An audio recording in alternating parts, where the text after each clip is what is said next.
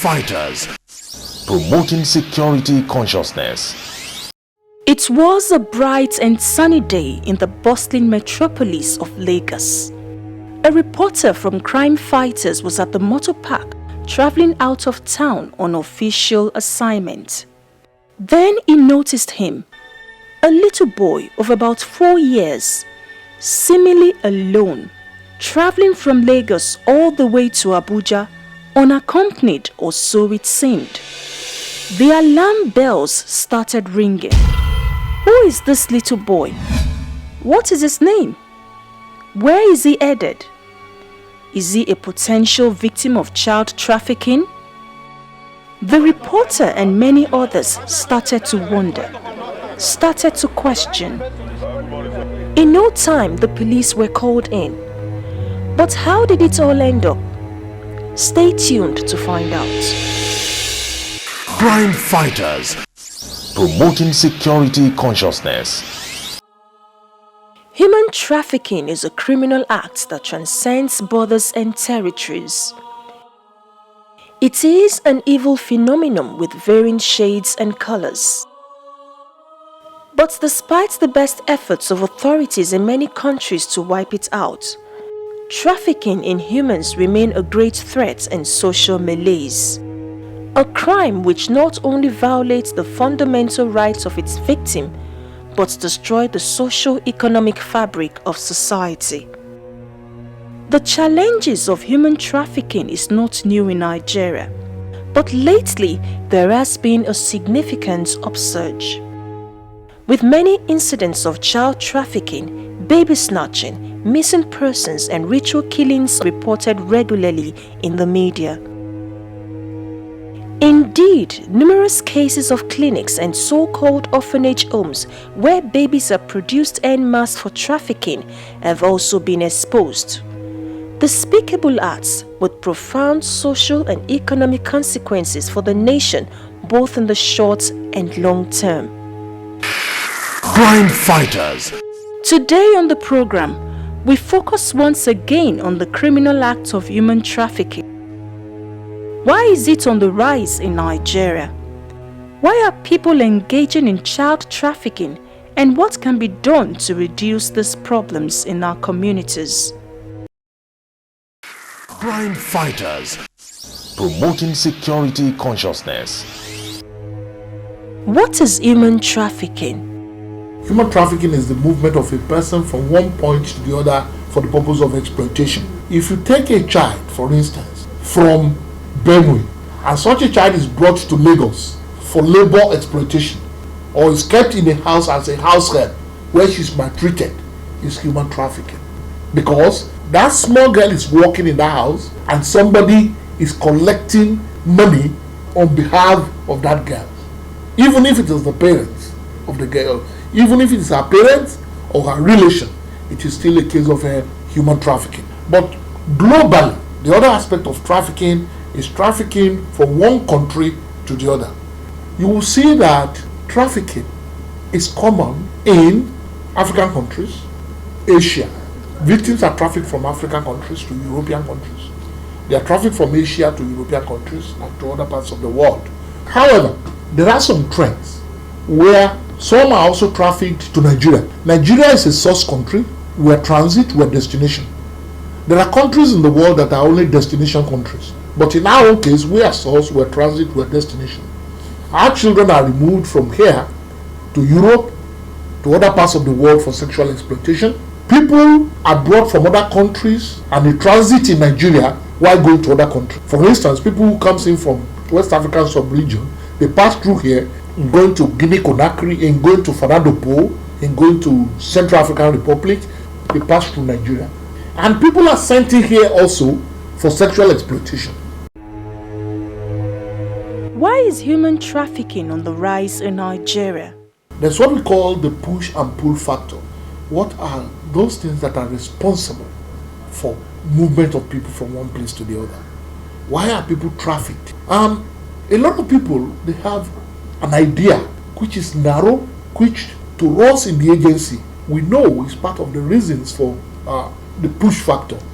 When we talk about poverty, we talk about poverty. Some people believe poverty is the only reason why there is human trafficking. I beg to disagree.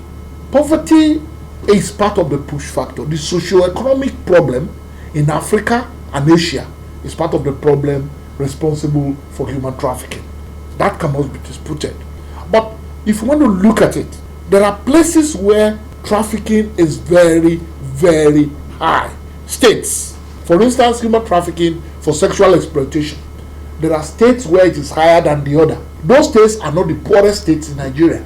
So it is not only poverty. So we now state that there is poverty, there is the recent get-rich-quick syndrome in Nigeria, there is ignorance. Ignorance in the sense that people travel and they come back from European countries and they come to tell you stories that are far from the truth. They are not coming to tell you the truth that while in Europe, before they regain their freedom, they have slept with more than 4,000 men to pay their madam before they became free.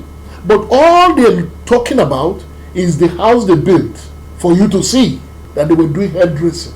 They could even make you to believe that you can pick dollars on the street of Europe. And because a lot of people have not traveled there, they tend to believe the unbelievable. So, the greed, the get-rich-quick syndrome, lack of information. People don't know about the antics of human trafficking. And that's why we're going on public enlightenment, to be able to tell them what to expect.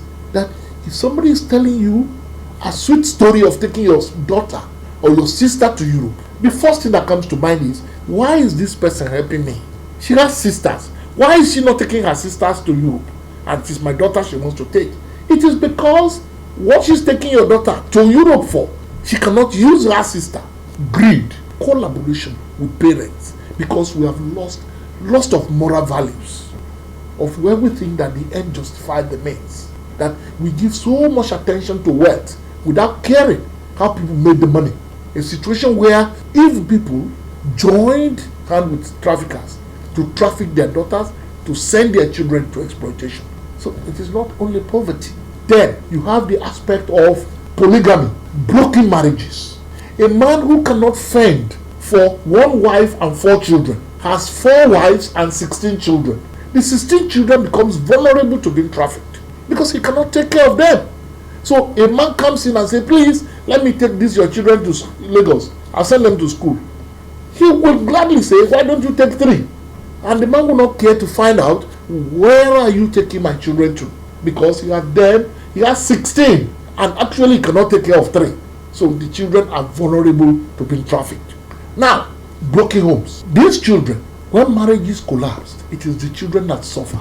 They become vulnerable to being trafficked because the man who got married to a woman, they have 3 children, and the mother, for one reason or the other, it may be not because of the fault of the woman, maybe because of little disagreement, they decide to call it a day. They end the marriage. These 3 children, where will they be? Who is going to take care of them? Joint effort is required in order to save these children from the clutches of traffickers. They are now left on their own. They could be trafficked any day. They could. Broken homes. Effect of peer group. Our children are no longer monitored the way they should be monitored. That their friends in school, who are they moving with? In this age of internet, they see a lot of things online. They fall in love online. And before you know it, the person they fell in love with is asking them to come to Italy. He sends a ticket and they leave without knowing who they are going to meet. They become victims of human trafficking. They are now forced into prostitution. So you will see that it is not only poverty, because we've had cases of people who had finished from the university that are trafficked for prostitution. So it's not poverty. So these are some of the things. That's the push. What of the pull factor? There are still some things that are happening overseas that serves as the pull factor. 1, the booming sex trade outside Nigeria, because there is the law of demand and supply. If the sex trade market over there is not booming, if you take the guys there and they don't have customers, will they continue to take them there? So there is the need for ladies for sexual exploitation, and that's why the market is booming. There's also the need for cheap labor in industrialized country. They're looking for people to come and work that will be paid little or not in stipends. So they traffic children to go and work in cocoa farm in industrial plantation, and all other aspects. These are the pull factors. One of the ugly shades of human trafficking is child trafficking. As implied, the child is the victim of this horrendous act. But even as governments and agencies across the world continue to campaign against this inhuman act, perpetrators have devised a more horrendous way to ensure a steady supply of children for trafficking.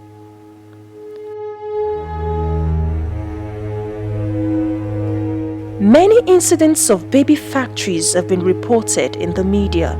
Places where pregnant young girls and women are taken in and delivered of their babies.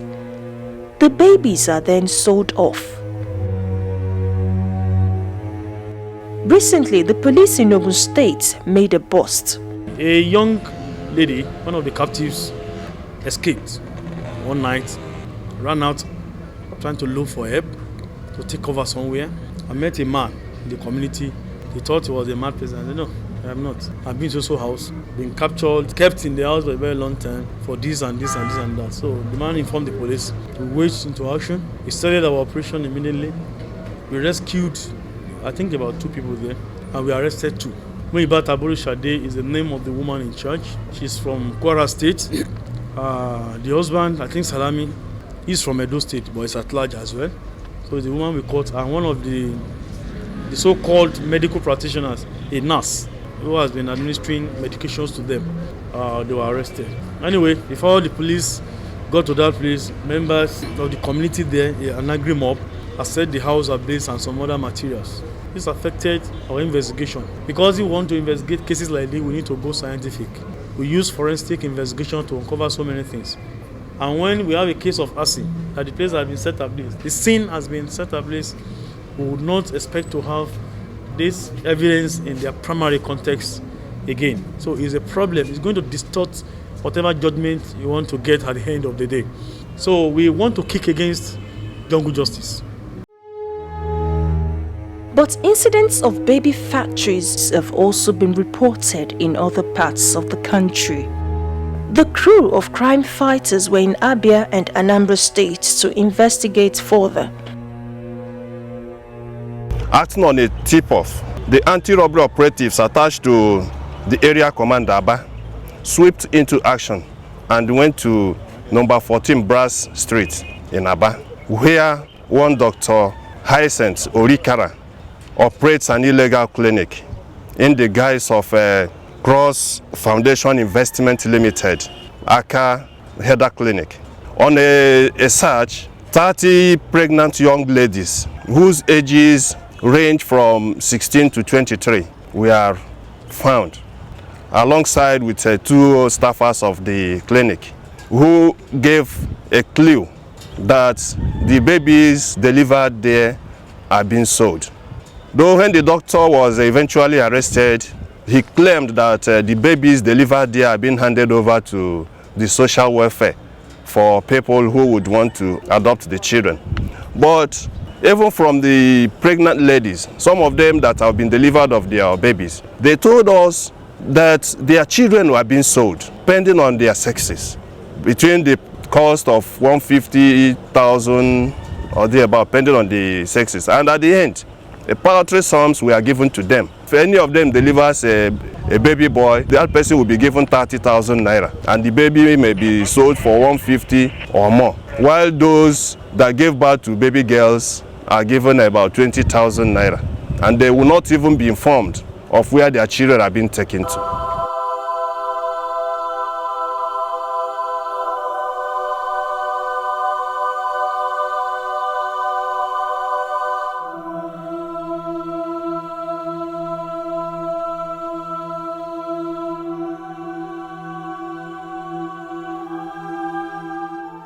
From Abia, the crew went over to Anambra State.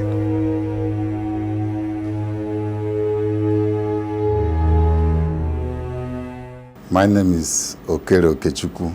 I'm a deputy superintendent of police. Recently, through an information, we swooped on an illegal child trafficking foundation at Yala. So we went there and we were able to arrest 25 in all. 17 of them are ready to be delivered women. In fact, about 4 have put to bed.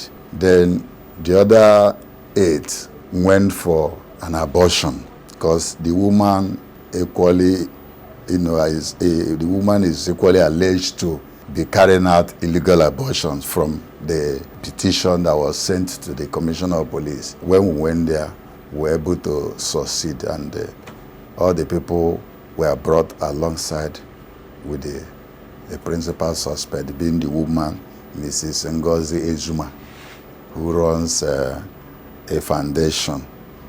And when the Ministry of Women Affairs was contacted, the commissioner and her director were here. They interviewed her, and they found they were not happy with her activities. And presently they wrote that the matter be transferred to NAPTIC because it is, I think, a kind of a body that looks into the activities of such people. And we have transferred them to Ministry of Women Affairs. We spoke with some of the young girls police found at the so-called clinic and foundation. 20 mo ṣiṣẹ́ mo wà lórí ìkọrin then mo wà lóyún yẹn tó fún mi lóyún wá deny mi pé ó ní fẹ́mi ni then ẹ̀gbọ́n mi wá discover ní pé mo lóyún mo wá sínú ìlú ń bí báyìí boy kọ́ báyìí ló gbé wá sí mi lọ sí ọ̀dọ̀ woman yẹn mo wá ní pé òkè kí n lọ sí mi bẹ́ẹ̀ nítorí pé bàbá mi kò kí ń fojú rẹ̀ anybody tó lóyún lòun bíbẹ̀ yẹn dá o òun tọ́jú wa dáadáa òun fún wa oúnjẹ àwa náà à ń lọ síta pọ̀tì géètì yẹn wọ́n pa géètì yẹn à ní lọ síta ìta bọ̀tí ní géètì yẹn a máa rìn káàkiri ní géètì yẹn bọ̀tí ngbọ̀ tí mo lè kọ́ba nípa nǹkan tó ń ṣe ń bíbẹ̀ yẹn àwọn géètì tó wà ń bíbẹ̀ yẹn wọ́n ń pariwo báyìí ní pé eléyìí náà wọ́n ń tọ́ ọmọ eléyìí náà wọ́n á ní pé ṣé ọmọ ni wọ́n ń tà ń bíbà yẹn ni wọ́n á ní bẹ́ẹ̀ ni mo ní èmi náà mo ò fẹ́ wá tọ́ ọmọ mi fẹ́ kí n tọ́jú ara mi bíbà yẹn kí bá bí mo tán tó bá délé bàbá mi máa lé mi èmi àti ọmọ mi bẹ́ẹ̀ tí mo kò ní rí mi ìgbà tí mo lóyún yẹn bẹ́ẹ̀ ni mo sọ fún mi wọ́n á ní pé báyìí tó ti wá sí bíbà yẹn sì ò ní jáde mo ti rí ọmọ abímọ bẹ́ẹ̀ ni mo fún mi. I came there for my own reason, but no one to save me. I don't know she's doing that kind of thing. So when I noticed that she's doing that kind of thing. What is that kind of thing? When someone delivers the baby, she will carry the baby away. So when I discovered that, I decided to leave. She will not allow anybody to leave the compound. So that's how we all stayed there before they carried us away. Near the place I'm living, so I had a boyfriend. Mistakenly, I discovered that I am pregnant. So I told the boy. The boy said that I should remove the pregnancy. I refused to remove the pregnancy. I told him that this is my first time of getting pregnancy, that I would like to carry the child along with me. So the boy said that there's nothing between him and the baby. I said, okay, let me go and report to my parents. I went to my village and told my dad. My dad refused to accept me. So he said that I should go back to the person that pregnant me. And my mom, she was so angry with me, and I don't know what to do. So when I came back to this place, I don't know what to do. I'm very, very stranded. So I report to someone. It's like complaining my condition to someone. So the person now told me that, what do I want to do with the baby? I said there's nothing I want to do with the baby, but my problem is that I want to carry my child. So the person now told me that there is a place he would like to take me there. So when I got there, I saw the woman. The person discussed with the woman, that is Miss Ngozi. The person discussed with the woman, but there's nothing about money. There's nothing about money. My problem is that for me to stay there and accommodate myself after my delivery, then me and my parents will know what to do to the child. That is why I go to that place. What is the way forward? How do we eradicate or at least minimize incidents of human trafficking in our society? There must be attitudinal change by all Nigerians. Let's start from the home. Husband and wife you bring to this world, only children they can take care of. So that they don't bring children that will become vulnerable to traffickers. Husband and wife, when they are married with children, before they call it a quit, they should take cognizance of these children. Because in most cases, children from broken home, they are vulnerable to being trafficked. There are other measures that could be taken to curb the menace of trafficking. Where it is possible, introduction of free education will get some of these are children that are roaming the street. The government is trying to tackle unemployment. More should be done to get jobs for those who are looking for jobs. Because an idle person is a devil's workshop. So they could easily be deceived when they have no job to go out believing that they are going for greener pasture. At the end of the day, they fall victims to traffickers. Religious organization should also join in preaching, in telling their congregation the evil effect of human trafficking. At the beginning of the program, we shared with you images of a little boy that appeared to be a potential victim of child trafficking. The police were called in. They investigated, and indeed it was discovered the child was being sent by a guardian to meet up with his parents. The travel arrangements were shoddy, but indeed the boy was accompanied. Thank God it was not a child trafficking incident. Crime Fighters, the #1 security program on